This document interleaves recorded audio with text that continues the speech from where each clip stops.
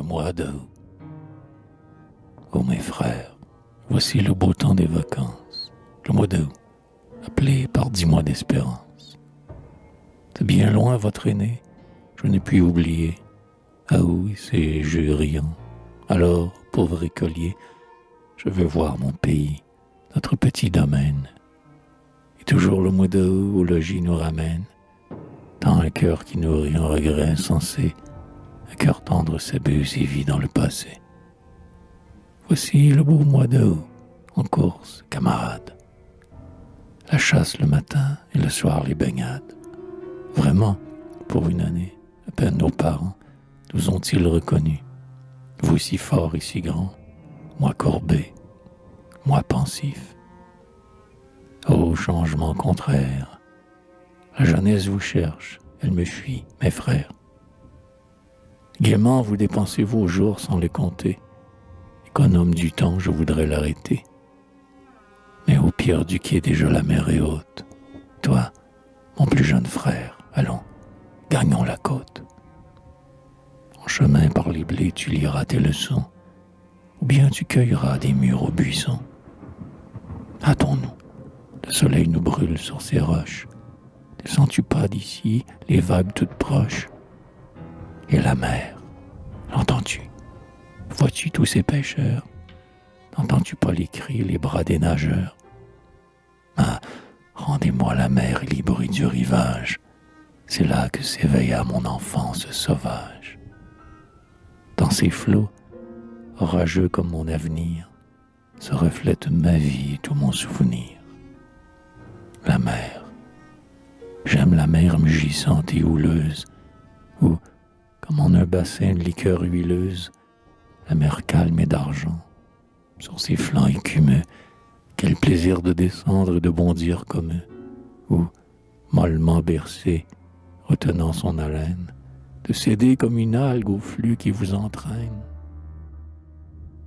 Alors on ne voit plus que l'onde et que les cieux, les nuages d'or et passant silencieux, et les oiseaux de mer, tous allongeant la tête et jetant un cri sourd en signe de tempête.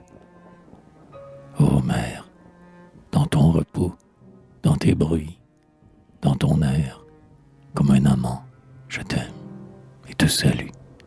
Ô mer, assez nagé, l'ombre vient, la mer tremble, contre les flots, mon frère, assez lutter ensemble. Retrempés dans leur sel, assouplis et nerveux, partons, le vent du soir séchera nos cheveux. Quelle joie en rentrant, mais calme et sans délire, quand, debout sur la porte et tâchant de sourire, une mère inquiète est là qui vous attend, vous baisse sur le front, et pour vous à l'instant, presse les serviteurs quand le foyer pétille, et que nul n'est absent du repas de famille. Monotone la veille, et vide, la maison s'anime. Un rayon d'or luit sur chaque cloison. Le couvert s'élargit comme des fruits d'automne. D'enfants beaux et vermeils, la table se couronne. Et puis 1000 babilles, 1000 gais entretiens, un fou rire, et souvent de longs pleurs pour des riens. Mais plus tard, lorsqu'on touche au soir gris de septembre, en cercle réunis dans la plus grande chambre, c'est alors qu'il est doux de veiller au foyer. On roule près du feu la table de noyer. On s'assied, chacun prend son cahier, son volume. Grand silence, on n'entend que le bruit de la plume, le feuillet qui se tourne ou le châtaignier vert qui craque et l'on se croit au milieu de l'hiver. Les yeux sur ses enfants et rêveuse, la mère, sur leur sort à venir invente une chimère. Songe à l'époux absent depuis la fin du jour, et prend garde que rien ne manque à son retour.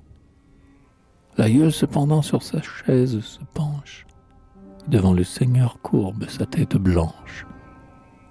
Écoutez-la, Seigneur, et pour elle, et pour nous, cette femme, ô mon Dieu, qui vous prie à genoux, ne la repoussez pas. 60 ans la gêne, et toujours courageuse, elle a porté sa chaîne. 1 heure de repos avant le grand sommeil, avant le jour sans fin, quelques jours au soleil.